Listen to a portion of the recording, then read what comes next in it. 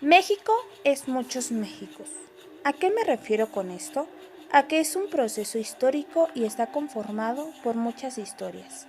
México, como lo conocemos ahora, antes no era México, sino Mesoamérica.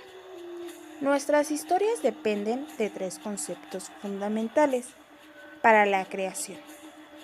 La primera son nuestros antecedentes étnicos, los cuales son grupos diferenciados a través de la identidad. Existen 56 grupos étnicos, por ejemplo, los zapotecas, los mayas, los olmecas, etc. La segunda son nuestras tradiciones culturales, lo que nos identifican de otros grupos. Y por último, son los contextos ecológicos, los que dependen de cada cultura y esto los llevamos a cabo para poder sobrevivir. Mesoamérica estaba dividida en parte norte, donde era árido y seco. Ahí se dedicaban a la caza y recolección, mientras en la parte sur era fértil y se dedicaban a la agricultura. La domesticación del maíz y el frijol fue una parte importante para el desarrollo de técnicas agrícolas y división de clases en el inicio del modo de producción primitivo, así como redes comerciales en distintos grupos étnicos. Los cazadores y recolectores desarrollaron tecnología para sobrevivir y esta la utilizaban en el uso de las piedras para la caza. Su primera proteína vegetal fue el chile, el aguacate, la calabaza, el maíz y el frijol. El metate fue una tecnología para la agricultura. Por lo tanto, se domesticaban más los alimentos y eran sedentarios.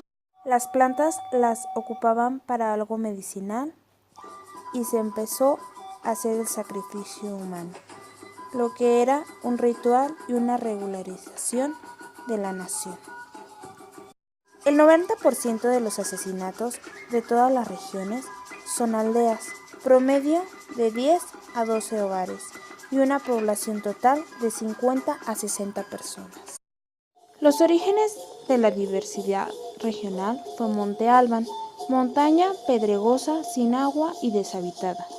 Su población fue de 15.000 habitantes.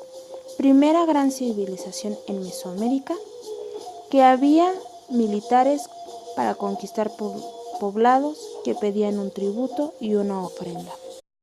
La era del Imperio Teotihuacán como centro político y religioso. Sus características era que era una sociedad organizada por varios urbanos, estaban organizadas por una clase social, había varias infraestructura urbana, calles, drenaje, acceso al mercado y el adoquín, y tenían decoraciones en los murales en las casas de clase alta. Clases sociales. La clase más alta son los tlatoanis, jefes, gobernantes, reyes, sacerdotes, militares. Pedían tributos, mientras la clase más pobre eran los tamemes, los mendigos, las prostitutas, los ladrones y el cargador de mercados. Había escuelas de cada tipo de trabajo. El Tepochcali, que era el colegio militar, el Calmecac para la nobleza y el Tlatoani para los reyes. Los sacrificios humanos se los dedicaban a los dioses y sacrificaban a la clase más baja.